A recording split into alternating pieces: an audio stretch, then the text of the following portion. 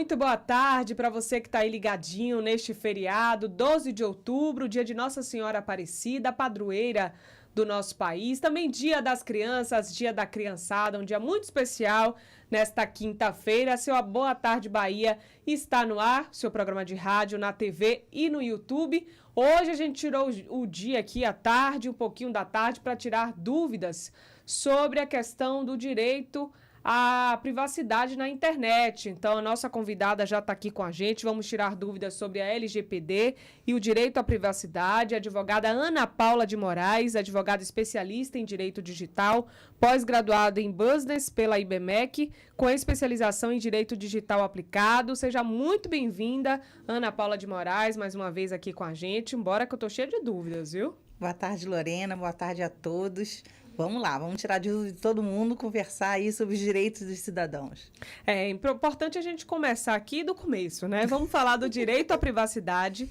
Como é que dá esse direito nos meios digitais? Porque muita gente pensa assim, a internet é terra de ninguém, não é? Mas não é. Não, a internet não é terra de ninguém. O direito à privacidade, na verdade, ela já está prevista no artigo 5º da Constituição Federal. Então, não é uma coisa nova. E ela traz para o ambiente digital, não quer dizer que o que está previsto na Constituição deixa de valer. Muito pelo contrário, é apenas uma amplitude do que já está regulamentado. Então, meu direito à privacidade significa dizer que ninguém tem o direito de invadir a minha intimidade sem a minha autorização. Importante. Quais são esses tipos de privacidade? Existe diferença, por exemplo, entre o que é privacidade para a LGPD e para outras normas brasileiras? A privacidade é uma nomenclatura única, ou seja, significa dizer que os meus dados são privativos a mim e só podem ser utilizados com o meu consentimento se nós estivermos falando de LGPD.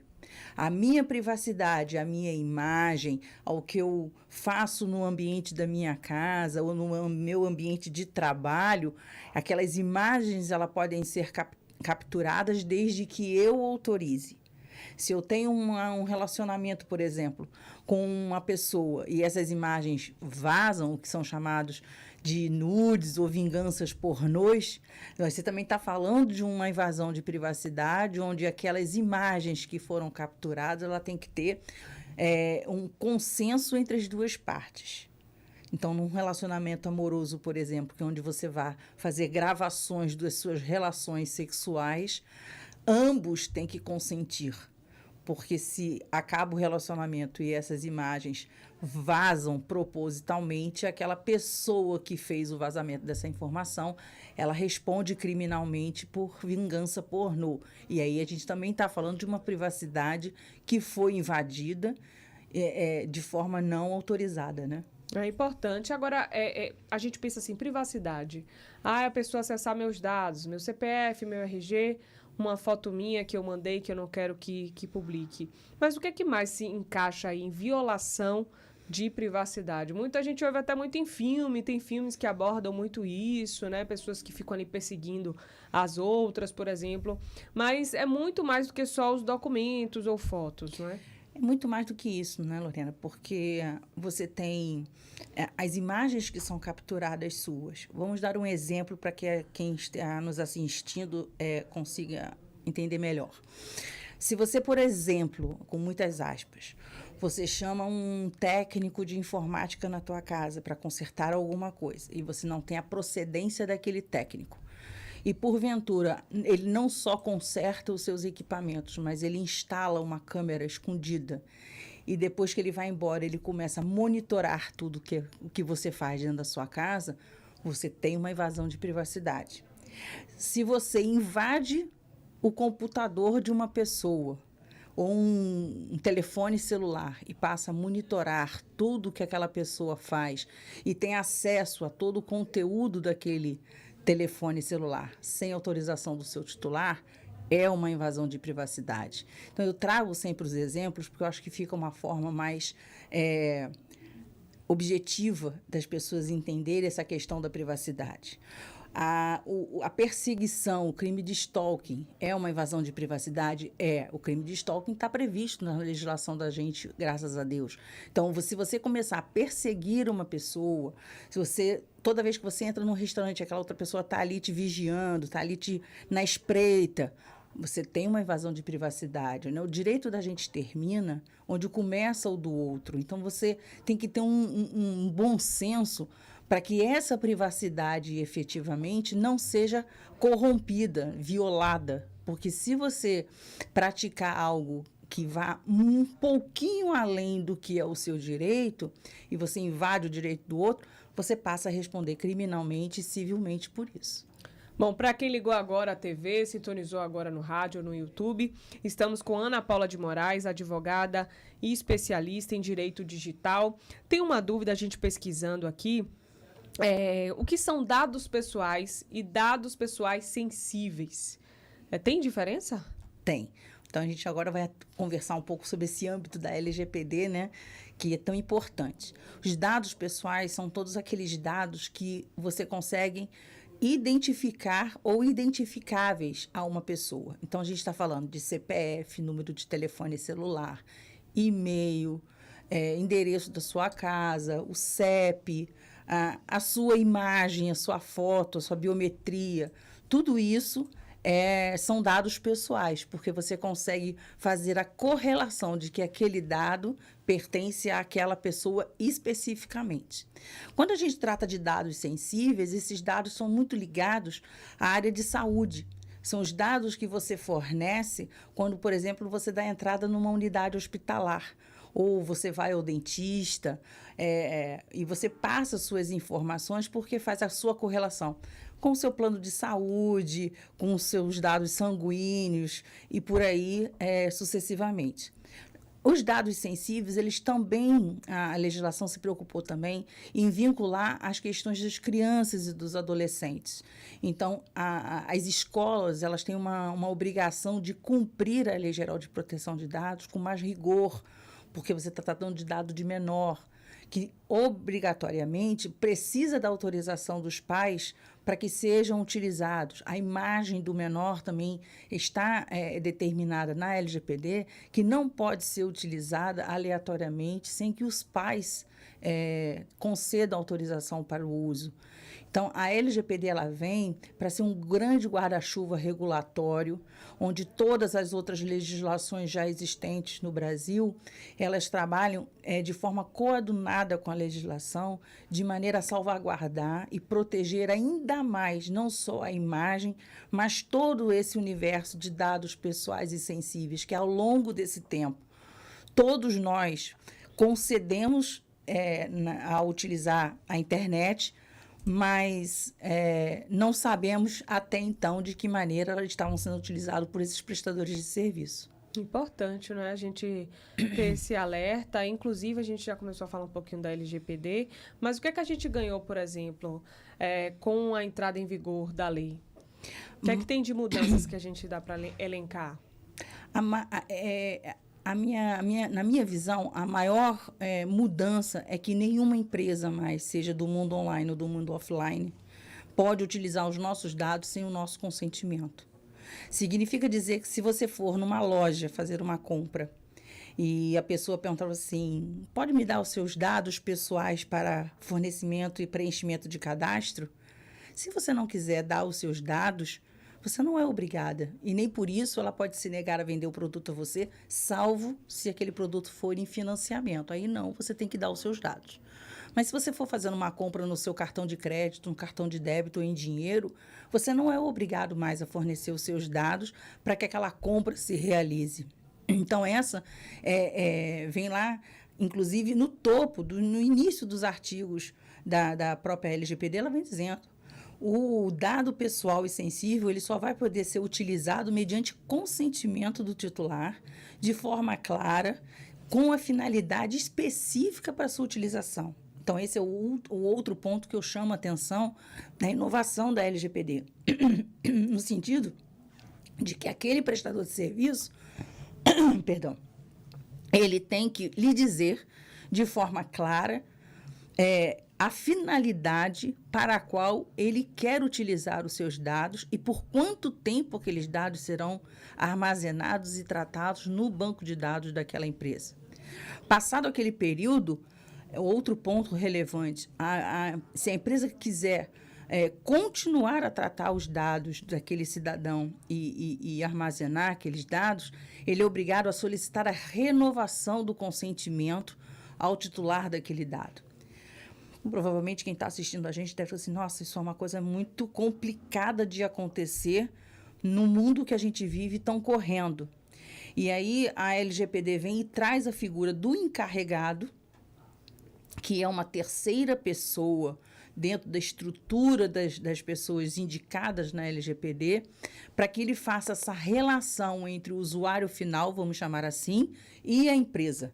Então, o encarregado ele fica obrigado a ter essa relação de solicitar da pessoa física a renovação para o tratamento dos dados, mas ele também é obrigado a receber todas as comunicações e solicitações nossa enquanto cidadão para excluir os dados, alterar os dados, atualizar cadastro, remover. Então, todas as informações que estão dentro do banco de dados daquela empresa, caso você não queira mais que os seus dados ali permaneçam, você também pode, isso é um outro ponto de destaque da LGPD, solicitar a qualquer tempo, de forma gratuita, a alteração dos seus dados dentro do banco de dados. Bom, a Ana Paula de Moraes, advogada especialista em direito digital aqui com a gente. Bom, você estava falando, explicando um pouquinho, aí me veio à mente, quando a gente vai na farmácia fazer a compra, coloca lá o CPF. Eu coloco lá. E agora? Será que pegaram meus dados? Toda vez o pessoal, pode ter um desconto. E geralmente, às vezes, eles olham ali, algumas entregam uma lista, né, dos produtos que o seu CPF tem algum desconto. Será que é arriscado? Lorena, eu lhe digo que certa feita eu fiz uma provocação numa farmácia aqui de Salvador, justamente com essa dúvida, enquanto a LGPD estava na regra de ser implantada. E a pessoa pensou, você pode me fornecer o seu CPF? Eu falei, não, porque vocês não estão com a LGPD implantada. Por que eu sou obrigada a dar o meu CPF para poder obter desconto?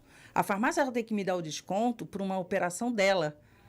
E aí ela falou assim, mas dona Ana, é o seguinte, o próprio plano de saúde, quando a senhora contrata, ele fornece todos os dados do cidadão a todas as farmácias do Brasil para que a gente possa conceder o desconto. Então, o desconto a senhora vai ter ou pelo seu CPF cadastrado na farmácia ou por compartilhamento do seu plano de saúde, porque dentro daquela contratação da senhora, a senhora tem direito a descontos na aquisição de remédios. Então, se a senhora me perguntar, é arriscado? Não é arriscado? A questão já não é mais o ser ou não arriscado, Lorena. A gente tem que ter em mente que há muitos anos a gente tem uma certeza. Eu não quero o meu dado vazado. Eu não vou ser vítima de um crime digital por conta de vazamento de dados. Eu não quero isso. Você vai ser, em algum momento, vítima de uma situação dessa. Não porque hoje você fornece o seu dado ou porque ontem você já forneceu. É porque, na verdade, ao longo desse tempo, até que a LGPD tenha sido implantada no Brasil, todos nós fornecemos os nossos dados em algum momento, de forma aleatória, sem o menor tipo de preocupação, porque a gente queria, em algum momento, comprar alguma coisa ou ter acesso a algum tipo de informação. O que a gente tem que ter hoje é a cautela de revisar, na verdade, todos os estabelecimentos onde nós vamos e pedir, caso a gente não tenha mais interesse, que os nossos dados ali permaneçam, que sejam removidos do banco de dados deles. Importante, sim, tirar essa dúvida, né? A farmácia, agora eu fiquei com medo. Eu fiquei assustada agora, confesso. Mas imagino quem está em casa também deve pensar agora 2 vezes, né? Com certeza. Quando colocar o CPF em algum estabelecimento. Afinal, o seu dado é um bem precioso, né? Faz parte aí da sua vida, vai com você até o final da vida e olhe lá, não é? Seus números, seus registros, RG e CPF. Pegando esse gancho que você acabou de falar, vamos fazer uma correlação com o sistema do Pix. Sim. Repare que a gente tem uma infinidade de cidadãos que cadastraram no banco o seu CPF como Pix. Sim. Não é? Sim. Então, eu tenho que fazer um Pix para a Lorena. Lorena me dá o número do CPF dela. Eu nunca mais vou ver Lorena, mas eu tenho o número do CPF dela. É um perigo. É um perigo, porque com o CPF da pessoa, você faz milhares de atitudes no mundo online sem que a pessoa saiba. Então, qual é o alerta que a gente faz, já que a gente está tratando de privacidade, de LGPD?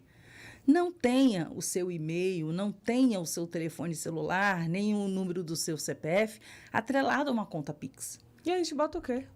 A chave aleatória gerada pelo próprio aplicativo do banco. Porque aquela chave, ela nunca é igual. Cada vez ela vai trocando.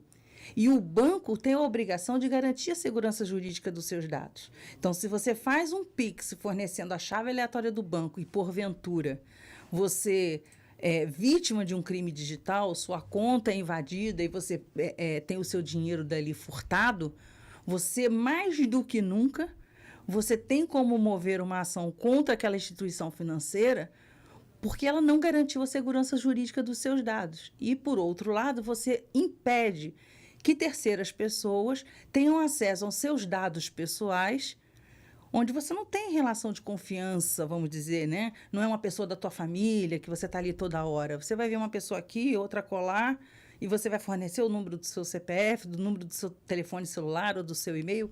Penso eu ser muito arriscado. Com certeza, o alerta aí da Ana Paula de Moraes, advogada especialista em direito digital. Todo mundo aí mudando a chave Pix neste momento para evitar cair em golpes, porque os criminosos vão se aprimorando, não é? Eles têm aí artimanhas, quando a gente dorme um pouquinho, eles estão lá com outro golpe diferente. Exatamente. E que você nunca poderia parar para imaginar, não é? Exatamente. Agora a LGPD só funciona na internet? Não, a LGPD é para tudo, tanto para o mundo real, vamos dizer assim, quanto para o mundo virtual. Eu gosto sempre de falar dessa forma, para que as pessoas entendam que tudo o que acontece no mundo virtual, ele acontece no mundo real.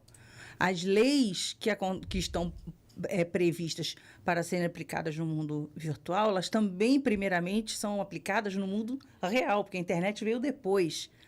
Da mesma forma, os golpes. Todos os golpes que acontecem no mundo virtual, eles primeiro aconteciam no mundo real, quando não existia internet. A internet, o computador, é só o meio pelo qual utilizado para que o crime virtual aconteça, através do telefone celular ou através do computador. Então, se você vai no shopping aqui fazer uma compra, todas as lojas do shopping estão submetidas às regras da LGPD. Você vai na Avenida 7 fazer uma compra, todas as lojas da Avenida 7 estão submetidas à LGPD. Se vai fazer um concurso público, toda a parte do governo está submetida à LGPD. O Tribunal de Justiça está submetido à LGPD. Então, não existe essa coisa, a LGPD só serve para o mundo virtual? Não, ela serve tanto para o mundo real quanto para o mundo virtual. E o tratamento de dados pessoais, o que significa isso? Tratamento do dado pessoal é a forma pela qual a empresa, pessoa jurídica ou o próprio Secretaria de Governo, a Receita Federal, ela vai fazer o tratamento desses dados junto ao banco de dados e aos servidores da empresa. Então, aqueles dados são coletados, eles são catalogados, ficam ali armazenados para que não sejam vazados, né, que não sejam acessados por uma terceira pessoa não autorizada, e ali se faz o tratamento daquele dado, vinculado objetivamente à finalidade específica que foi declarado pela empresa no termo de consentimento, que é muito importante a gente falar sobre isso, Lorena, porque não pode se falar de tratamento sem termo de consentimento. No termo de consentimento que o usuário vai ali, o titular do dado, o dono do dado, assina consentindo o tratamento do seu dado, ele está consentindo que o controlador, que é a empresa, o CNPJ responsável pelo tratamento daquele dado, se sinta obrigado a efetivamente dar segurança jurídica àquele dado que ele está recebendo, seja seu CPF, seja o e-mail, seja a sua opção política, seja o que for que você possa imaginar, ela é obrigada a tratar o dado de maneira que não permita que uma terceira pessoa não autorizada acesse aquela informação. E a gente consegue saber se a empresa está fazendo isso? Consegue através do encarregado. Todo cidadão ele tem o direito. de manter contato com o encarregado da empresa e solicitar a ele informações da forma pela qual o seu dado está sendo tratado. E, inclusive, se aquela empresa tiver que compartilhar o dado pessoal com uma terceira pessoa jurídica, ela é obrigada a informar o cidadão brasileiro com quais empresas ela vai compartilhar aquele dado. Bom, estamos com a Ana Paula de Moraes, você que ligou agora à TV, sintonizou no rádio, ligou no YouTube, ela que é especialista em direito digital, falando um pouquinho do que a gente precisa ficar atento em relação ao direito digital na internet. É coisa, viu, Ana Paula? Muita coisa. Bom, a gente viu recentemente que o Facebook, uma polêmica envolvendo o Facebook, um escândalo, na verdade, relacionado ao vazamento de dados da rede social. O que aconteceu? Pessoas que tiveram a conta puderam aí ter os dados vazados, inclusive, esses dados não estavam protegidos de fato. Foi bem noticiado no ano de 2018 e 2019 que o Facebook ele foi vítima de 2 ataques de hackers que resultaram no vazamento de mais de 19 milhões de dados de cidadãos. Todos esses dados que foram vazados faziam parte de um grupo de pessoas que possuíam conta no ano de 2018 e 2019 na plataforma. E aí a gente está falando, inclusive, de dados de WhatsApp, porque você tem telefones celulares atrelados ali naquele cadastro, e na maior parte das vezes aquela pessoa que tem o telefone também tem o aplicativo de WhatsApp. Então, quando foi em 2022...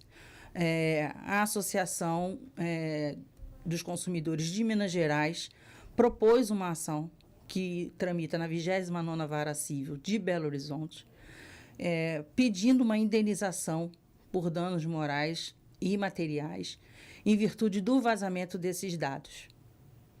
Ou seja, comprovou-se ao magistrado que o Facebook ele não garantiu a segurança dos dados dos cidadãos, na medida que terceiras pessoas conseguiram ter acesso ao banco de dados do Facebook e roubaram, a palavra não tem outra, roubaram essas informações e não se sabe o que essas pessoas fizeram com essas informações contra nós, cidadãos.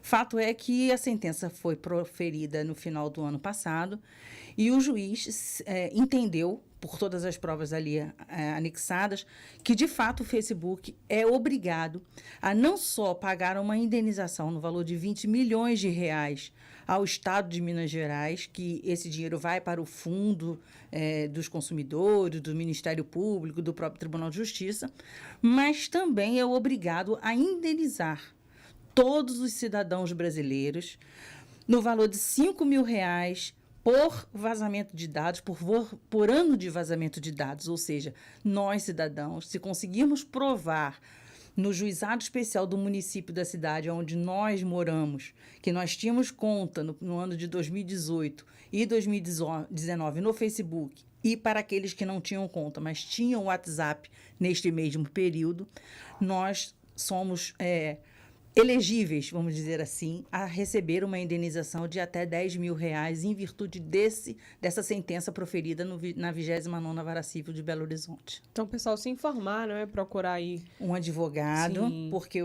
precisa-se agora só esperar o trânsito e julgar da sentença, porque o Facebook não recorreu dessa sentença, ele vai pagar a indenização dos 20 milhões de reais ao juízo lá da 29ª, e uma vez isso acontecendo, todos nós, advogados, podemos apoiar os cidadãos que desejem propor ação no juizado especial para receber essa indenização. Importante aí, alerta, viu? A gente já vai chegando aos minutos finais da nossa conversa, passou rápido, não foi? Mas o que é que as pessoas podem fazer? Descobriu aí que algum dado vazou, a sua foto está sendo usada indevidamente, uma coisa que acontece muito, principalmente em rede social. O que fazer? Primeiro, você tem que fazer um print daquele ambiente, né, para que você possa provar efetivamente e fazer um registro daquela prova digital. Realize um boletim de ocorrência e procure um advogado de sua confiança, e se aquela pessoa não souber tratar desse assunto, procure um especialista em direito digital para que ele possa propor uma ação no juizado especial contra a pessoa, contra a empresa que porventura não esteja tratando dos seus dados de forma correta, para que você seja indenizado. Paralelo a tudo isso, você também pode fazer uma denúncia gratuita dentro do site da ANPD, que é a Agência Nacional de Proteção de Dados. A agência é essa responsável pela fiscalização e pela punição às empresas que estão descumprindo a Lei Geral de Proteção de Dados. Rapidinho, Ana Paula, e aquelas ligações por telefone com os números desconhecidos? Você atende alô, fica mudo, depois desliga. Deu uma pausa, mas agora voltou, viu? Eu estou recebendo. Eu também já recebi. Você pode, inclusive, acessar o site do próprio governo, chamado consumidor.gov.br, e fazer a reclamação dentro desse site, que imediatamente a Associação de Consumidores, né, e o Codecom também são notificados com relação a isso. Também tem aquele site Não Perturbe, que você pode também fazer ali o registro. Mas se você consegue identificar da onde é aquele CNPJ, né? Se, por exemplo, se é de uma operadora de telefonia ou se é de uma empresa prestadora de serviço qualquer, não impede que esse cidadão, após fazer esses registros, também realize a propositura de uma ação de indenização no juizado especial contra essa empresa. O juizado é feito para isso, né, Lorena? Sim. Você não tem custas, é acessível a todo mundo, e para aquela pessoa que não quer, às vezes, contratar um advogado, os próprios advogados que trabalham nos balcões dos juizados, eles estão disponíveis para apoiar a população. Importante alerta e vários alertas da Ana Paula de Moraes, advogada, especialista em direito digital. Agradeço mais uma vez a participação aqui no Boa Tarde Bahia, viu? Eu que agradeço a oportunidade, estou sempre à disposição. Bom, algumas dicas aí que dá para você encaminhar esse link aí do YouTube, no grupo do Zap, o pessoal que bota o CPF no Pix, por exemplo. Tô com isso na cabeça, acabou aqui, eu já vou mudar a minha chave, viu? A gente vai se despedindo aqui do Boa Tarde Bahia desta quinta-feira, feriado, desejando a você um ótimo dia. Amanhã a gente se encontra por aqui. Você que vai seguir aí na Rádio Band News FM, vai ficar na companhia da Lara Cursino. Então, um beijo para você, uma ótima quinta-feira. Amanhã a gente se encontra por aqui. Tchau, tchau.